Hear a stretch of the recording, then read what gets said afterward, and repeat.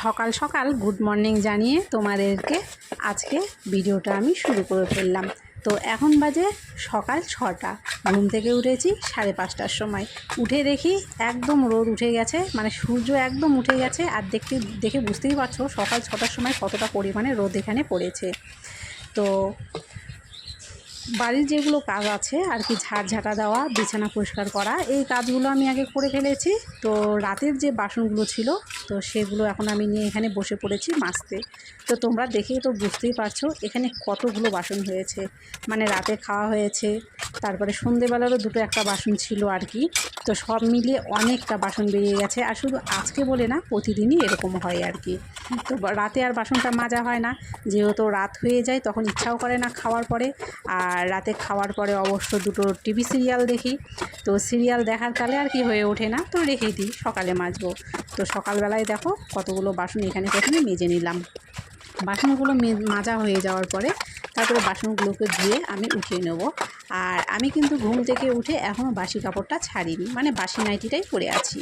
তো আজকে স্নানটা করব আমি দুপুরে, সকালে স্নানটা করব না, আরও আমার একটু কাজ আছে। তো সেই জন্য ভাবছি যে স্নানটা আজকে দুপুরে করব, না হলে কিন্তু আমি সকালে স্নানটা সেরে নিই। তো যাই হোক, এখানটায় বাসনগুলো প্রথমে আমার ধোয়া হয়ে গেছে। তো বাসনগুলো প্রথমে আমি এখানে ধুয়ে আসবো। বাসনগুলো ধুয়ে এসে যে কাপড়টা মানে আর কি নাইটিটা পরেছিলাম, বাসি নাইটি, সেটাকে ছেড়ে ফেললাম। কারণ আমরা তো হিন্দু ঘরের বউ, আমাদের তো মনে করো যে রোজ বাসি কাপড় ছাড়তেই হবে। আমরা বাসি কাপড়ে না খাইও না, বা রান্নাও করি না, বা কোনো রকম কাজও করি না আর কি। তো নাইটিটা ছেড়ে ফেলেছি, ছেড়ে ফেলে তো আর যেহেতু প্রচণ্ড গরম, একটু গরমে ঘেমে টেমে যায়, তো সেই জন্য সামান্য একটু সার্ফ দিয়ে প্রথমে নাইটিটা কেচে দিলাম। কেচে সেটাকে মিলে দেবো। তো মেলে দেওয়ার পরে তো আরও নানা রকমের কাজ আছে, সেগুলো তো করতেই হবে। সবেমাত্র তো সকাল হয়েছে, তারপর তো সারাদিন পড়েই আছে, কাজের তো আর সারাদিন শেষ নেই। আর যেহেতু বাড়িতে আমার মোটর নেই, আমাকে কল থেকেই জল বের করে সব রকম কাজকর্ম করতে হয়। তো যাই হোক, আর কি করব। আর কাপড়টা ছাড়া হয়ে গেছে, কিন্তু তুলসী বেদিটা ধুইনি, কারণ বাসি কাপড়ে তো আর তুলসী বেদি ধোয়া যায় না।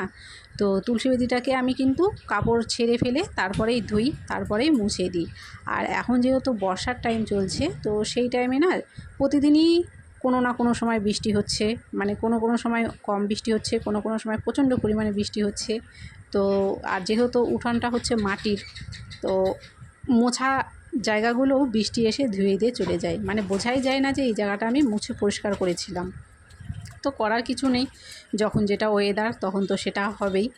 তো প্রথমে এখানে তুলসী বেদিটাকে পরিষ্কার করে নিচ্ছি। যেহেতু বৃষ্টি হয়েছিল, তো মাটির মানে জল পড়ে পড়ে মাটি ছিঁড়ে ছিঁড়ে তুলসী বেদির গায়ে লেগে গেছিলো। তো সেটাকে আগে চারপাশে ভালো করে ধুলাম। আর তারপরে দেখো এখানে পাশে শিব বসানো আছে, তো শিবটাকেও ভালো করে ধুয়ে টুয়ে নিলাম। আর যেগুলো ফুল দিয়ে কালকে পুজো করেছিলাম, সেই ফুলগুলোকে প্রথমে আমি গেটের বাইরে ফেলে দিলাম।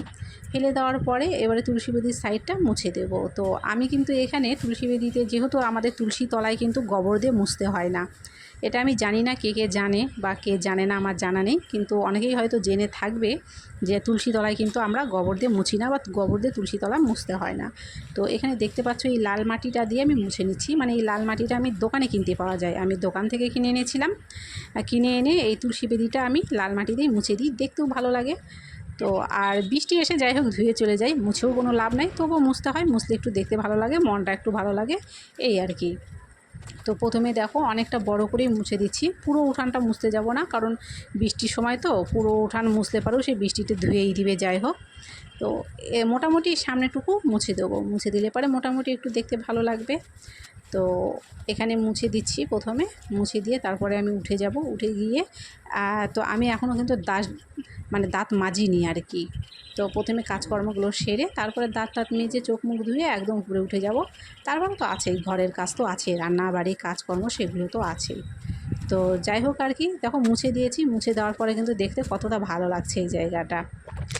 আর কাজকর্ম প্রায় সকালের করে ফেললাম, মোটামুটি যেগুলো বাসি ঘরের কাজ আর কি থাকে সেগুলো মোটামুটি আমার হয়ে গেছে। তারপরে দাঁত ব্রাশ করে চোখ মুখ ধুয়ে এখানে উঠে এলাম।